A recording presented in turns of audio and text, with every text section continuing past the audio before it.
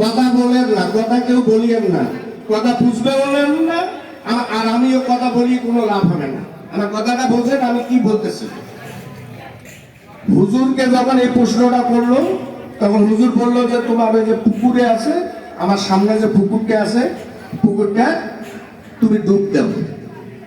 তখন ওই ছেলে যা কিন্তু ডুব দিছে। যখন ডুব দিছে, হুজুর সেই সামনে যা হাফ হাঁটুয়ে পানি দেবে, ছেলে ফাঁসি ধরছে। ছেলেটা ফাঁসি ধরছে যাতে মাথাটা উঠে দে না পারে, মাথাটা উঠে দে না পারে।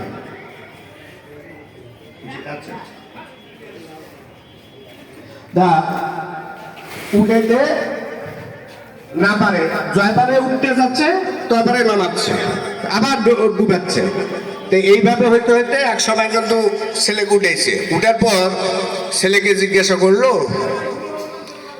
যে যখন তুমি উঠতে চাচ্ছিলে তখন কি তোমার বাবার কথা মনে পড়ছিল? কথা না, মার কথা না, সন্তানের কথা না, মানে আল্লাহর কথা কথা সেটাও মনে ছিল না, রসুলের কথা কথা সেটাও না, মানুষের কথা সেটাও না।